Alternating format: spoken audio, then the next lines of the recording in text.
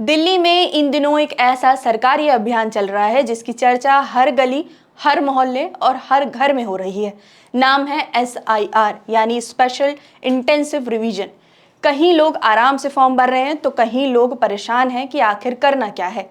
तो कई इलाकों में नेता और सामाजिक संगठन लोगों की मदद के लिए कैंप लगा रहे हैं। दिल्ली में कितने फॉर्म भरने हैं, आखिरी तारीख क्या है, चुनाव आयोग क्या कह रहा है और इस पूरे मामले पर और लोगों की क्या राय है, जानते हैं तफसील से। आदाब, मैं हूं आयशा, आप देख रहे हैं पब्लिक फेस।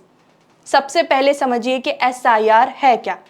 SIR यानी स्पेशल इंटेंसिव रिवीजन। ये चुनाव आयोग की ओर से वह प्रक्रिया है जिसमें वोटर लिस्ट को दोबारा जांचा और अपडेट किया जा रहा है ताकि सही मतदाताओं के नाम मतदाता सूची में बने रहें और अगर किसी जानकारी में बदलाव हो तो उसे ठीक किया जा सके। चुनाव आयोग का कहना है कि इसका उद्देश्य है कोई भी सही वोटर लिस्ट से बाहर ना रहे और कोई गलत नाम लिस्ट में शामिल ना हो जाए। दिल्ली में इस प्रक्रिया के तहत करीब 1,48,00,000 वोटर्स के लिए इनोमिनेशन फॉर्म भरवाए जा रहे हैं। लगभग सभी वोटर्स तक फॉर्म पहुंचाने का दावा किया गया है। शुरुआत में इन फॉर्म्स को जमा करने की समय सीमा जुलाई के अंत तक थी, लेकिन अब चुनाव आयोग ने लोगों की सुविधा को देखते हुए इस तारीख को आगे बढ़ा दिया है। अब जो तारीख है वो है 8 अगस्त 2026।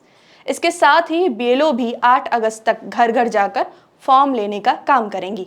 नए कार्यक्रम के तहत अब ड्राफ्ट वोटर लिस्ट 17 अगस्त को जारी होगी। इसके बाद जिन लोगों का नाम छूट जाएगा या किसी तरह की गलती होगी तो वो रिपोर्ट दर्ज करा सकेंगे।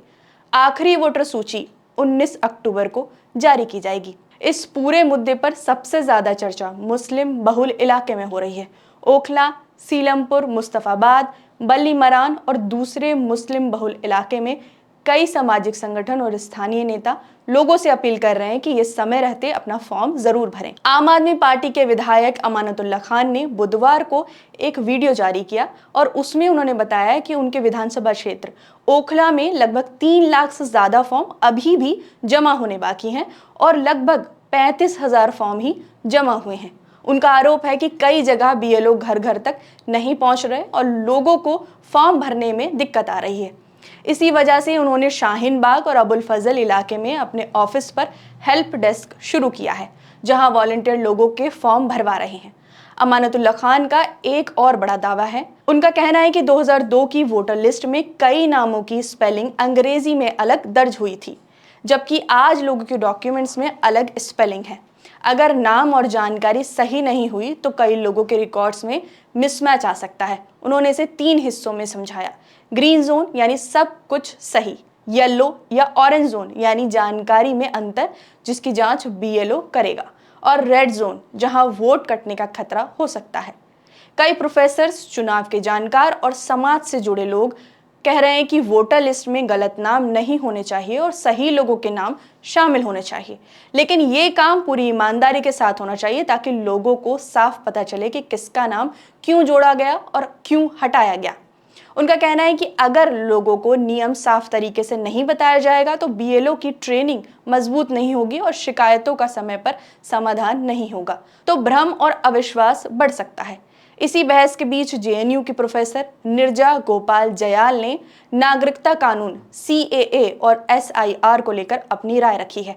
उन्होंने मौजूदा नागरिकता नीतियों में बदलाव की वकालत करते हुए कहा कि भारत को 1955 के मूल नागरिकता कानून की भावना की ओर लौटना चाहिए। 2003 के नागरिकता संशोधन और 2019 के CAA को वापस लेना चाहिए। SIR प्रक्रिया खत्म करनी चाहिए और नागरिकता के सवाल पर धर्म के आधार पर किसी तरह का भेदभाव नहीं होना चाहिए। उनके इस बयान के बाद नागरिकता समानता और प्रवासन नीतियों को लेकर बहस एक बार फिर तेज हो गई है।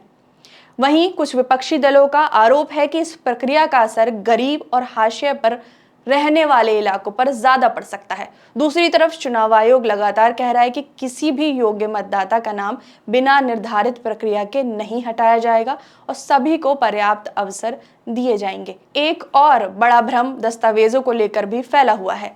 कई लोग कह रहे हैं कि फॉर्म जमा करते समय आधार कार्ड या दूसरे दस्तावेज की फोटोकॉपी देना जरूरी है, लेकिन चुनाव आयोग की ओर से स्पष्ट किया गया है कि फॉर्म जमा करते समय मामले में दस्तावेज देना ज़रूरी नहीं है, अनिवार्य नहीं है। अगर बाद में किसी दावे, आपत्ति या सत्यापन की ज़रूरत होगी तभी संबंधित दस्तावेज मांगे जा सकते हैं। इसलिए अफवाहों पर भरोसा करने की बजाय अपने बीएलओ या चुनाव आयोग की आधिकारिक जानकारी पर ही भरोसा करें। फिलहाल सबसे ज़रूरी बात यही है कि अगर आप दिल्ली के मतदाता हैं और आपके घर एसआईआर फॉर्म आया है तो उसे समय पर भरकर जमा कर दीजिए। आखिरी तारीख 8 अगस्त 2026 है।